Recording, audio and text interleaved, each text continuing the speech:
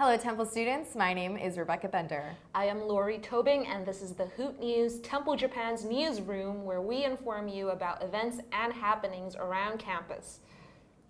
Sadly, we didn't get a day off this week, but hope you enjoyed your long weekends.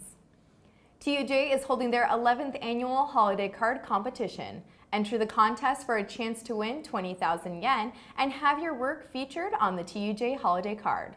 The deadline for the entry is October 15th, and the winners will be announced October 29th. Need to let loose by enjoying a day out at a festival? The 37th annual Minato Citizens Festival this weekend is a great opportunity for you to experience Japanese culture, see traditional dance performances, and try delicious cuisine from around the world.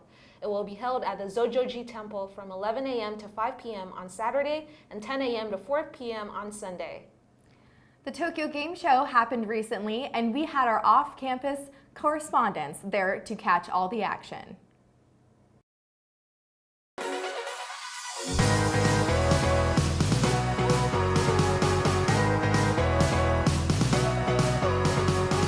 What's going on, Temple students? I'm Tanner Schroeder, and I'm here on the show floor of Tokyo Game Show 2018. We are super stoked to be bringing you all the latest that's coming out of TGS this year, so stay tuned with the Hoot. Let's go play some games.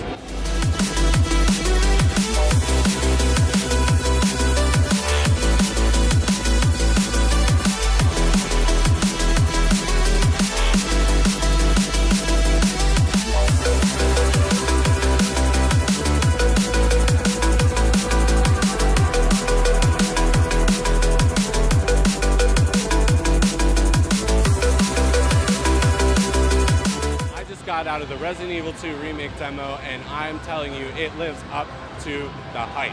So to start out, when I came through the booth entrance right behind me, it's kind of like it's got a haunted house kind of vibe going to it. So you go through these curtains and it's really dark. There's spooky sounds going on. There's blood splattered on the wall, and I actually got startled by one of the Capcom staff that had to kind of guide me through the darkness to the game booth. So once I got there, they explained to me that I could choose between Leon and Claire. So I went with Leon, and when you start with Leon, you start right in the beginning of the game. Anyone who's played the original knows what's going on. So you show up to the police station in Raccoon City, and you're immediately thrown into the action. So I followed the spooky noises into this dark corridor and was immediately ambushed by zombies. They were crashing through the windows, crashing through doors. I had plenty of ammo, so any Resident Evil fan knows that one of the trademarks of the gameplay is scarce ammo to up the tension. That wasn't quite there for the demo. I'm not sure if they just were kind of throwing bullets at you because this is TGS and they want everyone to have a good time and get right into the action. So stay tuned for the full release, but I have faith. So as far as the graphics go, it's running on the RE7 engine. The game looks gorgeous, just as good, if not a touch better than RE7. Obviously, this game is a third-person perspective, whereas RE7 was a first-person perspective, but the faces and animations look great. Leon looks like a little kid. As far as gameplay goes, we had a little bit of puzzle solving right towards the very end. I solved a quick puzzle. I had to kind of move around some glyphs and use a notebook that I found off of a dead cop to open a door. As soon as I opened that door, I got the message, your time is over, and the Capcom staff came up to me to let me know it was time to leave. So overall, I had a great time, and I'm so stoked for January when Resident Evil 2 Remake comes out. Stay tuned, we got plenty more coming at you.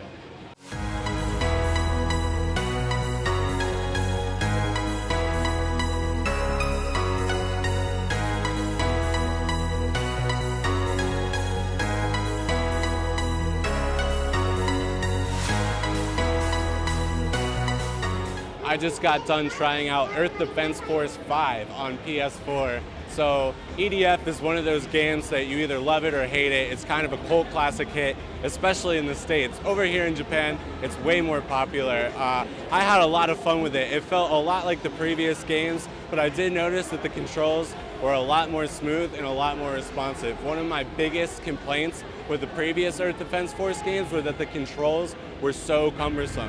But Earth Defense Force 5 really seems to have found its stride. I had a lot of fun playing it, lots of big explosions, lots of dying aliens. So yeah, lots of fun with EDF 5. EDF, EDF. What's up, guys? I'm about to check out Blade Strangers by Studio Zai Zen. It's an indie fighting game, kind of in the vein of like an old school arcade fighter, and it features really awesome indie characters like Shovel Knight, Isaac from The Binding of Isaac, and even some Cave Story characters. So I'm a huge Shovel Knight fan, I'm a huge retro fighting game fan, so I'm really excited to check it out. Let's go see what it's like.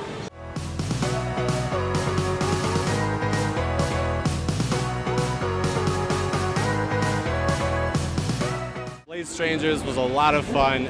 It's got a very old school retro 90s fighting game feel.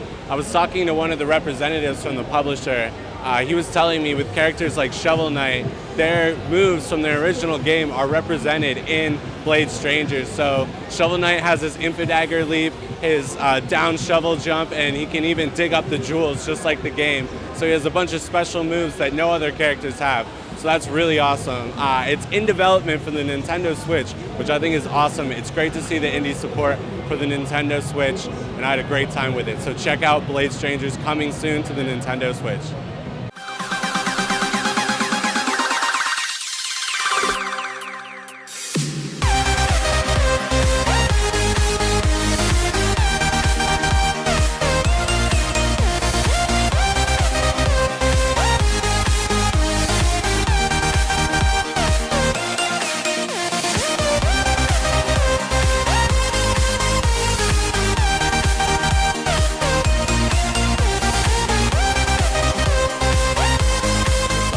I just got done trying out Beat Saber for the PlayStation VR. It was quite the experience. So basically in this game, you're like immersed in this little dome and you're holding these virtual lightsabers basically, and these blocks with directions corresponding to the left or right hand come at you, and you have to slash them to the beat of the music. It was a whole lot of fun. It was pretty difficult, I have to say. And I think I might have been a little too tall for the setup that they had going on there, because my controllers kept desyncing as I was trying to play. So that was a little disappointing, a little embarrassing, but it was still a great time. So look out for Beat Saber coming out on PSVR, and stay with us at the Hoot for all things TGS.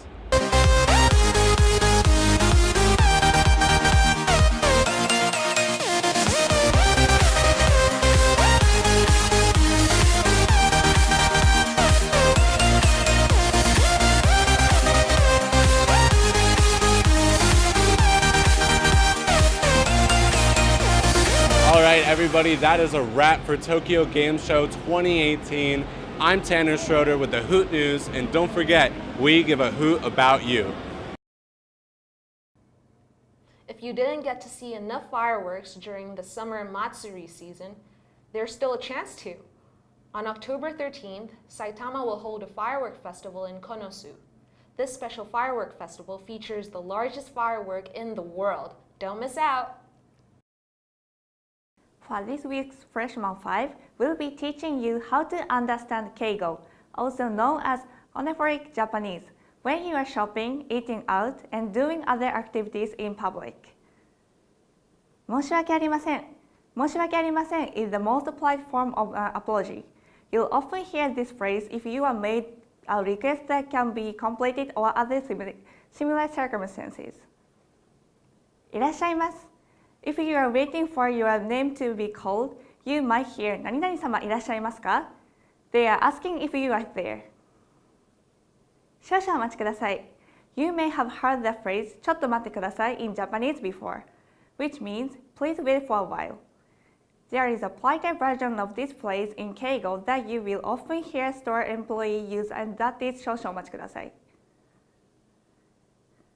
召し上がる. 召し上がる is a polite form of the verb 食べる or to eat.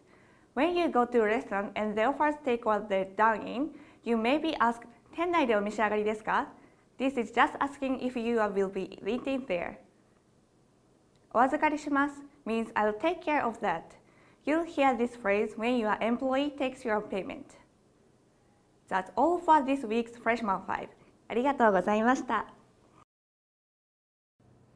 If you have any suggestions for topics that you'd like us to cover, Message us at templenewsjp@gmail.com or contact us on Facebook at The Hoot News. For student-written articles and events around campus, or if you have ideas for future segments, find us on Facebook, Instagram, Twitter, or watch previous broadcasts on our YouTube page. We hope you have a wonderful week, and we look forward to providing you with campus updates throughout the school year. The Hoot Newsroom, where we give a hoot about you.